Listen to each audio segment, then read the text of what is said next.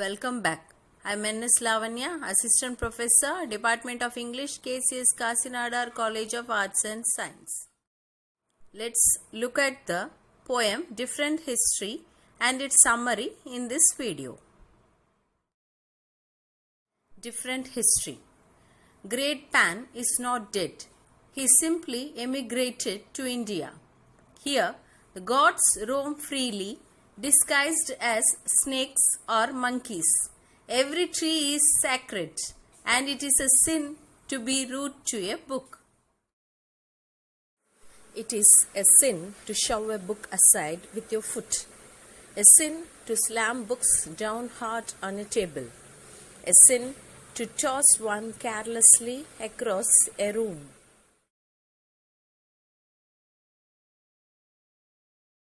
You must learn how to turn the pages gently without disturbing Saraswati, without offending the tree from whose wood the paper was made. Which language has not been the oppressor's tongue? Which language truly meant to murder someone? And how does it happen? That after the torture, after the soul has been cropped with the long scythe swooping out of the conqueror's face, the unborn grandchildren grow to love that strange language. The poem, A Different History, written by Sujata Butt, is written post the British colonization of India. The poem is based on Indian religion and a bit of Greek mythology. The poem talks about different cultures, mainly Indian, and colonization of India. As Butt has experienced three different cultures, the Indian culture, the American culture, and the German culture, the poem reflects on the differences in cultures and dwells into mainly the Indian culture. The poem explores how the poet has evolved while moving from country to country and even delving into other religions. The poem also deals with conveying Butt's confusion surrounding her own identity, using many stylistic devices such as an allusion to the great god from ancient Greek mythology. A Different History relates to the poem in the way that it can be said to be about different histories, different cultural backgrounds, but also about Sujata Butt's own past. In another context, it is said to be about history itself, relating to Greek mythology and Indian religion that is centuries old. As a child, Butt had to move from country to country and may be reminiscing about how life would have been if she had never left India. She had experienced a different history. The poem contains 29 lines and there is no regular rhyme scheme and rhythm varies.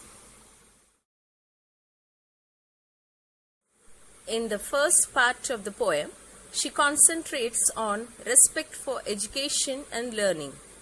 She claims that in Indian religion, every object is sacred. There is God in trees. You should treat your books as the goddess of knowledge. One should be gentle when turning the pages of the book, when reading for gaining knowledge of religion. She has written this poem describing the British colonization days when the British oppressed the Indians. They forced them to learn the English language, though in India various languages were spoken. She is annoyed at this attitude of the British. She also explains how British tried to change the identities of the people of India with a scythe. She claims that the future generation will love this strange language like they love their mother tongue. According to her, language had been used as a weapon to target its victims in a figurative sense.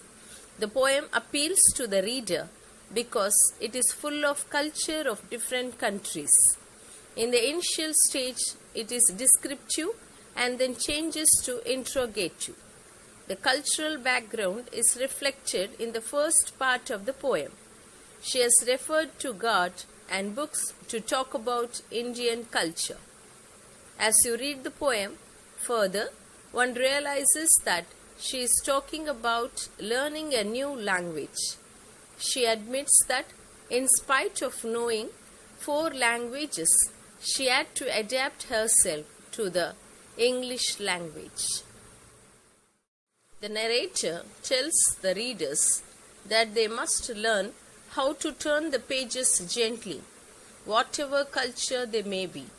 The line is a universal message. The narrator wishes to communicate the immense importance and urgency of having a respectful approach towards books.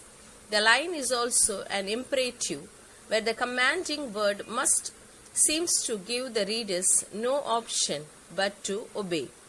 What this language feature contributes to the theme of cross-cultural differences is not an explanation or description, but a universal solution to maintain the heritage within the books.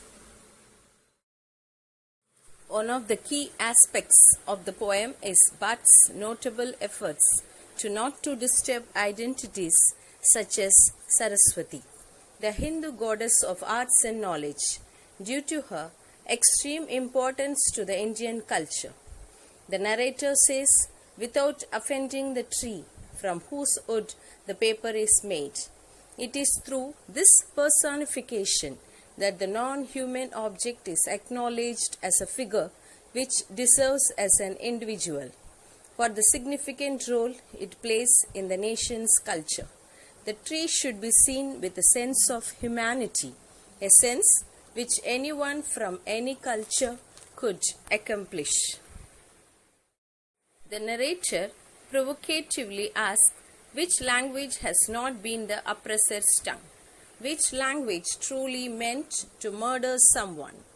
The question not only identifies a harmful and dangerous oppressor or colonist, but it shows how the Indian culture has been part of the damaged cultures and tongues that have been lost due to colonialism, which also becomes a prominent theme in the poem. The tone of the questions should also be considered. The passion and sadness of the narrator is given through the questioning of the current world order. An extended metaphor also exists within the closing lines of the poem, where the parallels between the agriculture and the cross-cultural difference are drawn.